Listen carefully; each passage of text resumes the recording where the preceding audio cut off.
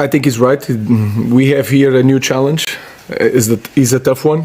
For me, it's the biggest challenge in football because we are in a difficult situation, and I already said that this is one of the biggest clubs in the world. So this is really a new challenge and the biggest one. And I hope all my players are ready for this new challenge. So you didn't interpret that as he wanted a new challenge elsewhere, and have you spoken to Marcus about the interview? No, not yet. Not yet. It was yesterday. I gave a day off to the lads. So he's our player and he's ready to the next game. Ruben, you, having left someone with as bigger profile as Marcus, do you have to then talk to him about his future and your future, or do you just kind of go on the training pitch, expect him to be there, and whatever happens behind the scenes in terms of whether he's part of your squad or not just happens? I spoke with a lot of players individually and during trainings. What I want is to take the best of Marcus Rashford as all the players. So I don't talk about the future, I just talk about the present. I want the best of each one of them, and that is the key point for me. I just want to win and to help the team to be better. So we are better with Marcus Rashford, and that's simple. And we try different things to push Marcus to the best level that he's shown in the past. So that's all. So it sounds from what you're saying, both then and to Simon's question, that you'd be quite happy for Marcus to stay here and be part of what you're trying to build, to buy into what you're trying to build. Of course, because this kind of club needs big talent, and he's a big talent. So you just need to perform at the highest level, and that is my focus. I just want to help Marcus.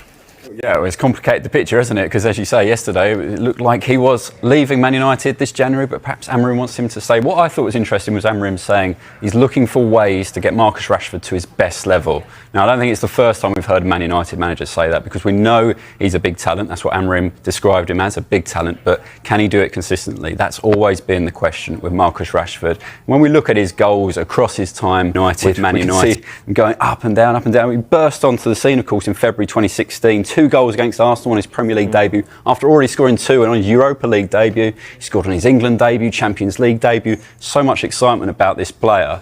And of course, we didn't really see it until his 30-goal season in 22-23. Got 17 goals in the Premier League that year. But off the back of that Qatar World Cup, he only got 5 minutes against France in that quarter-final. I still remember it now, because he then went on this crazy scoring streak, and you wondered perhaps if Gareth Southgate had played him earlier, it could have been a different story for England.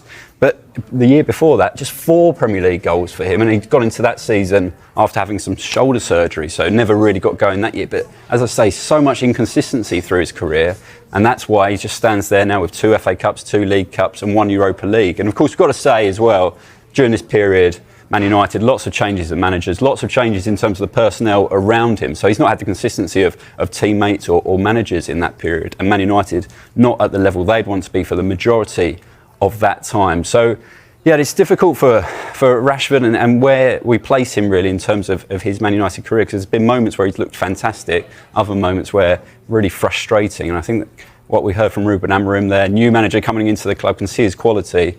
I can get the best out of this player, but lots of managers have said that before, and they've not been able to do it for a prolonged period of time. So where does this leave Manchester United? I wonder, does this put other clubs in a position to go in and actually get a good deal for him? Because he's opened up and said he's open to leaving. So does that reduce the price? Does that make negotiations easier? How does this work? Yeah, I think that's probably the most interesting element of this. You know, Man United have come out, Amorim has come out this morning saying effectively we want to try and make it work if we can. So they are almost on the back foot instantly trying to remind any potential buyer that they do want to keep the player, because obviously when a key player, one of their most sellable assets, along with I would say Bruno Fernandes, maybe Højlund and Kobbie Mainoo, says I want to leave the club, that opens Man United up to not get the fee that they'd expect to get for Rashford. And look, his form over the last few years, as Pete's pointed out, 11 goals in his last 48 Premier League games, you're probably not going to get the 50, 60 million pound plus deal that many people expected. But this is a player that's still contracted to Man United until 2028. And by him going public with this statement last night, as polite as it was to Man United, and as well as it did feel like kind of the time for both to depart, by him taking the initiative, I think Man United might be frustrated that their bargaining power has been weakened.